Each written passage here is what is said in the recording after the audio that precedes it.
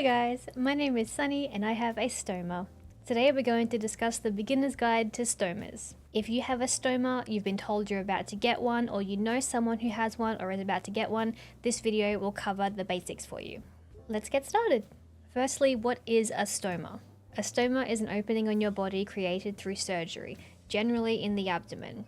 This is to allow waste, so stool from your intestines or urine from your bladder, to safely exit your body. What is that hole made of, and what type of stomas are there? How these are created is part of your intestine is actually put through your abdominal wall, bringing part of your intestine out through that hole and suturing the intestine to your abdominal skin.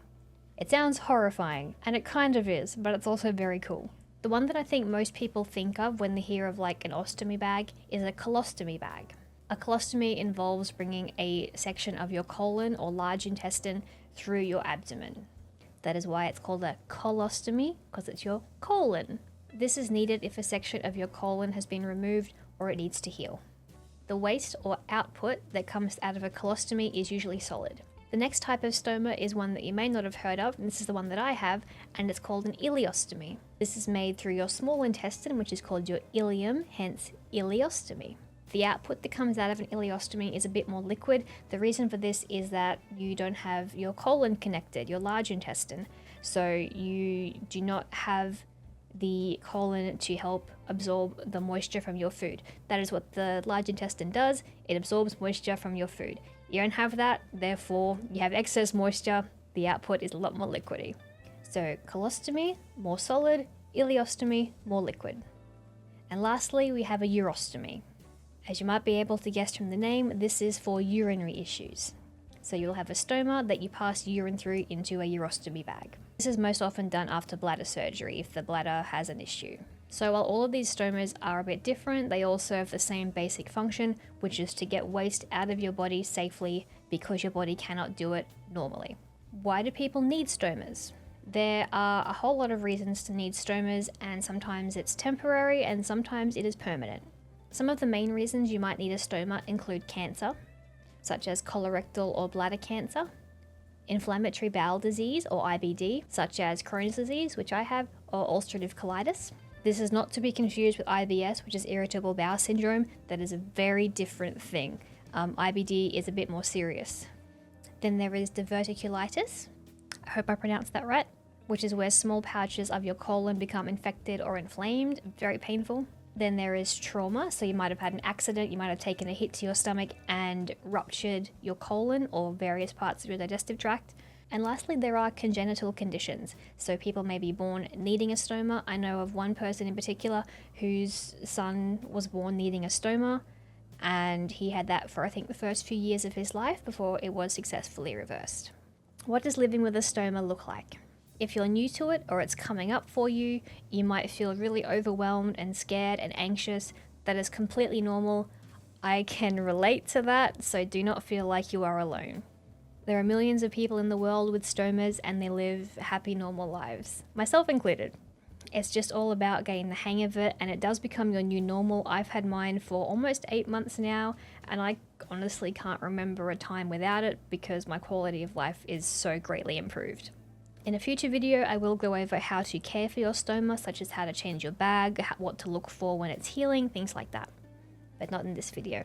What are some tips for living with a stoma? Firstly, stay hydrated. If you have an ileostomy, which is the one where you have a more liquidy output, it is very important to stay hydrated because we will lose liquid a lot faster. In my experience, the best things to drink are things like sports drinks and electrolytes. This is because straight water will not always stay in our system. It'll just kind of come straight out and you won't really feel hydrated. So I have tubs of Powerade powder, Staminade powder, and I've got my Rogue powder as well, my Rogue hydration, and they help a lot. Also avoid really pure fruit juice. This has like a laxative kind of effect, and you'll end up losing a bit more liquid because of it. Secondly, you want to be comfortable. It can feel really awkward having this extra thing on your body at first. You will get used to it over time, but it feels very uncomfortable at first. For myself, I find that high-waisted clothing is very comfortable for me. I feel very supported and secure. Such as these lovely pants. And something else that I very highly recommend, and my stoma nurse now also recommends after I told her about it, is buying men's underwear, like this. Reason for this is that you can wear them at nighttime when you're sleeping, and they will cover up to your waist and let you feel secure and let you move around a little bit more. If you have low waist underwear on, you can feel your bag flapping around a bit, and it can feel pretty unsafe because you're worried it might catch on something. These will keep you nice and covered and secure. Plus, look at the fun patterns. Look at that. Thirdly, get support. This can be from a friend, from a stoma care nurse / stoma therapy nurse, a partner, a healthcare professional, or an online support group, or an in-person support group. When you first get a stoma, you very much feel like you are alone. Unless you already have a support group before the fact, you feel very isolated. It's not the case, but it is how you feel when it first happens. There's a bunch of online communities, mine included, and there's also some Reddits, I believe, and various blogs online. Lastly, be patient with yourself.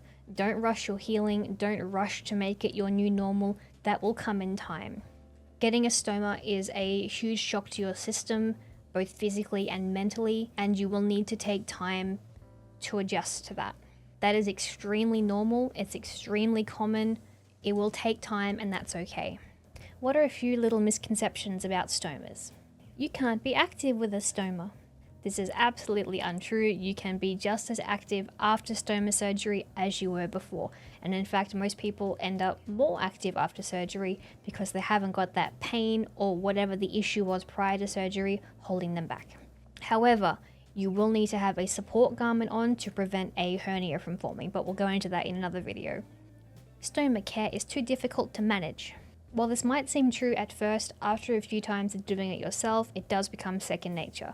What used to take me half an hour of nervously, shakily doing myself, I can now do in like 3 minutes flat, and it's not even an issue. The biggest thing that makes dealing with a stoma easier is unfortunately time. But in the meantime, there are lots of people to help. Thank you for watching my beginner's guide to stomas. I hope that this has helped and provided a little bit of insight for you. And I hope that it's made living with a stoma seem a little bit less intimidating. If you would like to submit your stoma stories, experiences, or questions, you can send them to me at TheStomaChronicles@unholeh.com. Next time, we will be going over how to change your stoma bag and different types of stoma bags that may suit you. Thank you so much for watching, guys, and I'll see you next time. Bye!